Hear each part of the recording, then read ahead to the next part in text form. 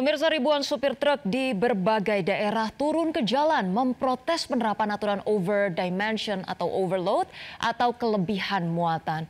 Para supir mengaku keberatan karena aturan itu bisa menjerat dan memenjarakan mereka. Supir meminta pemerintah memberantas pungli sebelum menerapkan aturan kelebihan muatan.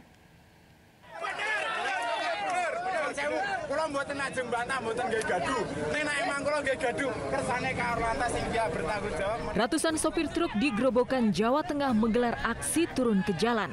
Mereka memarkiri truk di tengah jalan membuat arus lalu lintas macet total.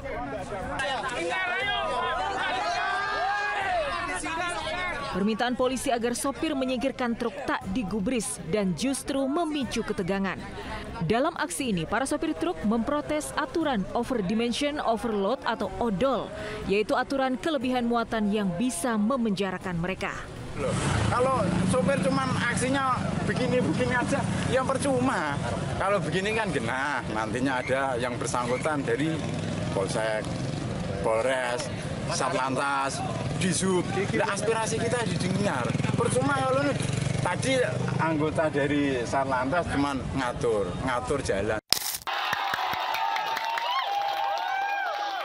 Unjuk rasa ratusan sopir truk juga terjadi di eksit tol Soreang Pasir Koja, Kabupaten Bandung, Jawa Barat. Menurut para sopir, mereka sebenarnya tidak menginginkan kelebihan muatan, tapi tuntutan industri memaksa mereka membawa barang melebihi muatan truk. Sementara itu di Jawa Timur, aksi protes menolak aturan ODOL memicu kemacetan hingga 8 km. Para sopir truk turun ke jalan untuk berorasi di Bundaran Waru, kian menambah kemacetan. Sementara itu di Temanggung, Jawa Tengah, para sopir menghadang truk yang mengangkut sembako keluar kota.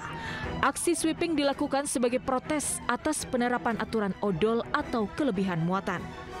Kepolisian menyatakan penertiban truk kelebihan muatan akan digelar serentak di seluruh Indonesia dalam operasi Patuh 2025 mulai 14 Juli mendatang. Sopir yang melanggar bisa dijerat denda hingga pidana penjara. Tim Liputan iNews melaporkan. Diduga korsleting listrik, 2 rumah berlantai 2 di Taman Sari, Jakarta Barat ludes dilalap si jago merah. Api dipadamkan 1 jam kemudian setelah 7 unit mobil pemadam kebakaran diterjunkan ke lokasi.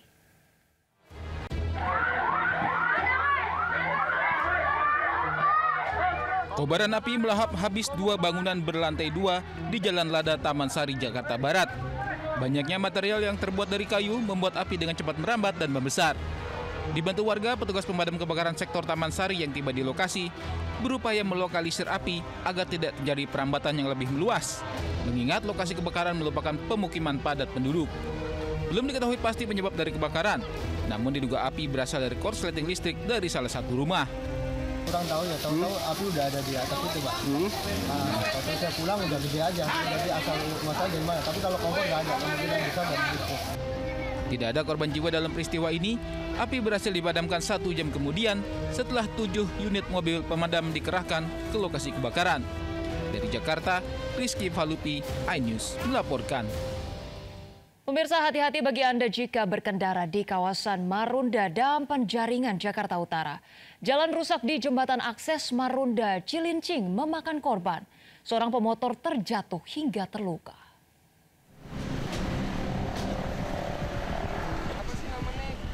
Pengendara sepeda motor ini terluka akibat kecelakaan di jembatan akses Marunda Cilincing, Jakarta Utara. Kecelakaan terjadi usai pengendara menghindari jalan rusak parah dan berlubang di kawasan ini. Tahu kenapa kok sekarang tambah besar? Nah, saya pun juga kaget, ngerem dadakan, terus di jalanan juga banyak kerikil, akhirnya ban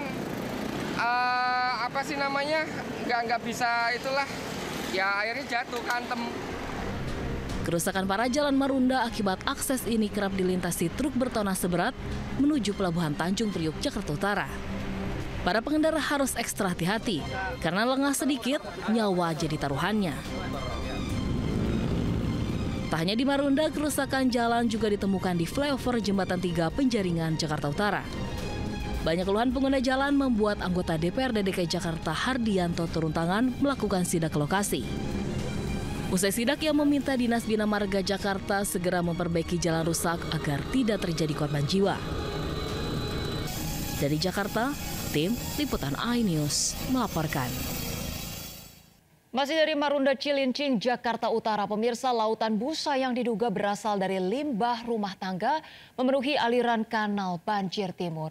Kondisi ini meresahkan para nelayan lantaran sulit mendapatkan ikan.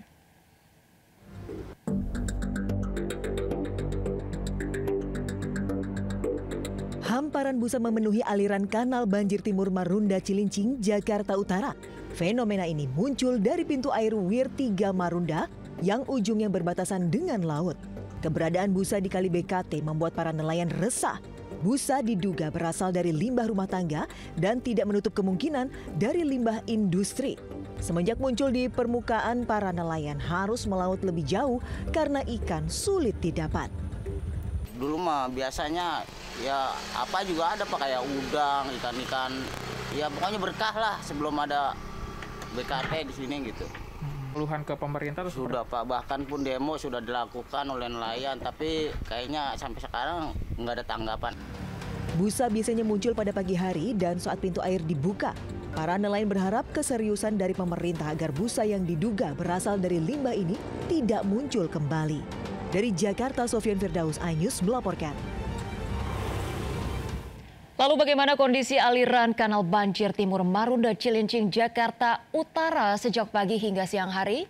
Sudah ada Amrina Rida di kanal banjir timur Jakarta. Baik, selamat siang Amrina, apakah lautan busa masih mengepung kanal banjir timur? Silakan dengan laporan Anda.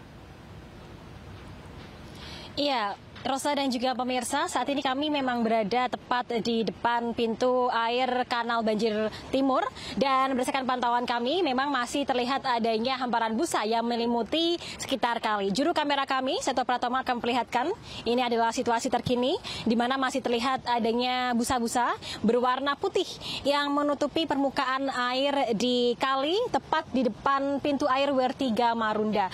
Dan untuk busa ini pun juga warnanya cukup bervariasi karena ada yang berwarna coklat juga dikarenakan terkena ataupun juga sudah menyatu dengan adanya limbah-limbah sampah di sekitar kali ini. Berdasarkan penuturan warga, untuk busa-busa ini berasal dari limbah industri dan juga limbah rumah tangga. Dan dari warga sendiri tadi Rosa menyebutkan ataupun juga bercerita kepada saya, apabila memang situasi untuk busanya ini masih tebal ataupun juga cukup tebal, ini untuk busa-busa ini cukup meresahkan karena seringkali bertebaran hingga ke area jalan di sekitar kanal banjir timur dan mengganggu aktivitas mereka. Karena apabila busa-busa ini terkena kulit, maka akan menyebabkan kulit ini terasa gatal. Namun kalau memang kami berada langsung di lokasi, untuk busa-busa ini memang tidak menyebabkan ataupun juga tidak menimbulkan aroma yang menyengat ataupun juga aroma yang mengganggu.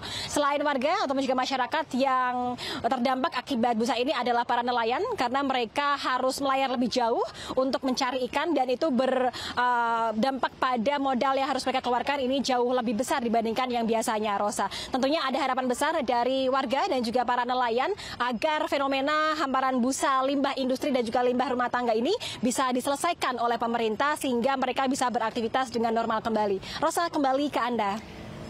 Baik, terima kasih Amrina Rida melaporkan langsung dari Jakarta Utara. Selamat bertugas kembali.